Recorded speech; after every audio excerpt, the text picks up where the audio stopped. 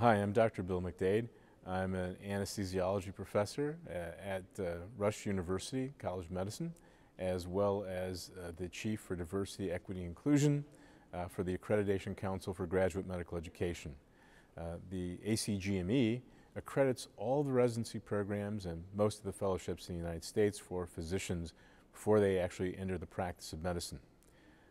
One of the things that motivated me to pursue a career in medicine is that I recognize the linkage between research and medical care.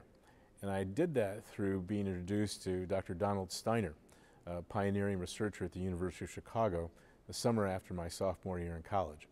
Talking to Don, what he told me is that you could combine your interest in science with the ability to have that science actually impact the lives of people. And that's when the idea or the genesis of the MD PhD came into my horizon. And so I applied to medical school at the University of Chicago, and it was the only school that I applied to, as a matter of fact. And I was accepted into their MD PhD program, where I pursued a PhD in biophysics and theoretical biology, as well as my medical training. My research project was done with a wonderful scientist, Dr. Robert Josephs, and we studied the high-resolution structure of sickle hemoglobin fibers in order to understand better how to treat sickle cell disease with small molecules. When I came back after residency in anesthesiology at the Massachusetts General Hospital, Harvard Medical School, to the University of Chicago to join the faculty, I opened a laboratory where we continued to do work in looking at small molecules and their impact in sickle cell disease. After a few years of working in this, what I recognized is that the disparities that exist in healthcare weren't really just around sickle cell, but they actually impacted the whole waterfront of diseases that impact African Americans and others who are minoritized in our society.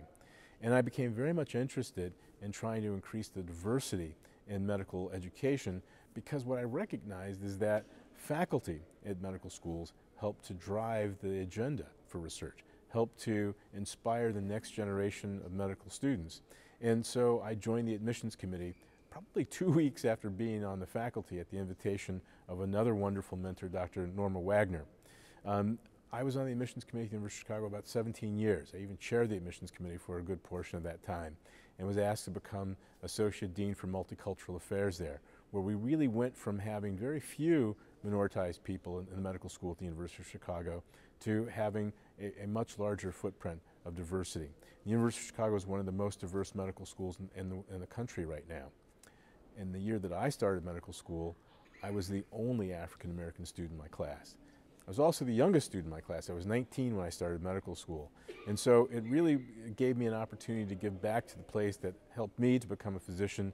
And I served on the faculty there about 23 years before moving down to Louisiana, where I became the chief academic officer for the Ochsner Health System.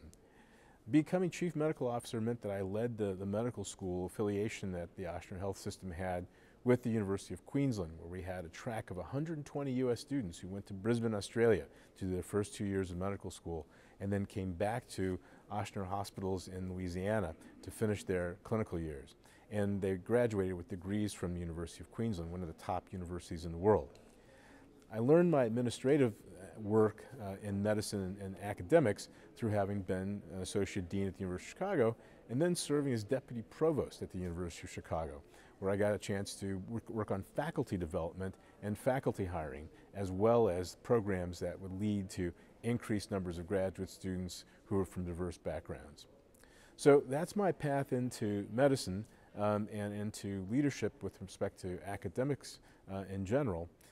The last thing I'll say is how did I choose anesthesiology was that I saw people who were anesthesiologists at the University of Chicago combining their roles in research with clinical care the best. Every day you can start a case with a resident, do some teaching, then go back to your laboratory, talk to your graduate students and the folks who are in the lab with your postdocs. And then you can go back and end the case and then come back into the laboratory, and you're moving from one sphere to the next sphere all day long. And to me, that represented a way of keeping my research skills sharp and my clinical skills, delivering the best possible care to patients, but also working that research agenda that impacted minoritized individuals. So the best advice I would give a young person who's considering a career in medicine is to think about how to explore your potential options in biomedicine as early as possible. And one of the things that I really love is an NIH program that's called Supplements to Enhance Diversity in Health-Related Sciences. If you Google PA, Papa Alpha 2323-189, you can actually receive the request for applications for that program. It's a program that's designed by the National Institutes of Health to further the interest of minoritized and underrepresented people in biomedical research. It's available to high school students, to college students, to post-baccalaureate students, people who are between college and medical school, people who are in between college and graduate school, people who are between high school and college. And what they do is they add additional funds to a researcher who already has NIH funding of at least 2 years, and then they will pay that person, or they will put money in that grant to pay you to learn to do research in that person's laboratory. It's a wonderful program that goes unutilized to the extent that there are funds for it. And I would encourage everybody to avail themselves of the opportunity to learn about that particular program. When you engage yourself in research, what you find is that you can't go back to unknowing it. When you see how excellent work is being done, you see the importance of the research that one does and why one does it, now you get that same energy, that same zeal for the research that you could do and the problems that you could solve. And that's one of the things I would say. Get involved early in research. Opportunity exists for you to do it, and it's a wonderful pathway. One of the things that I would encourage you also to do is to obtain a mentor. Somebody who's been just a few years ahead of you, or maybe a number of years ahead of you.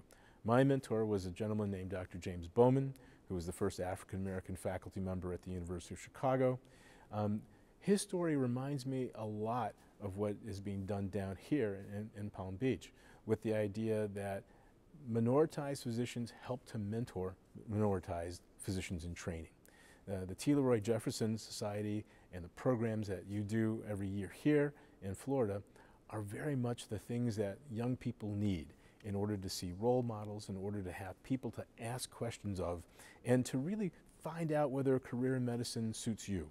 I would say that getting a mentor, choosing a mentor, engaging with that mentor, asking good questions, and availing yourself of every opportunity you can to become excellent. Seeing what it takes to be excellent by having a role model who has demonstrated that time and again in their careers is the best way for you to reach your career in STEM.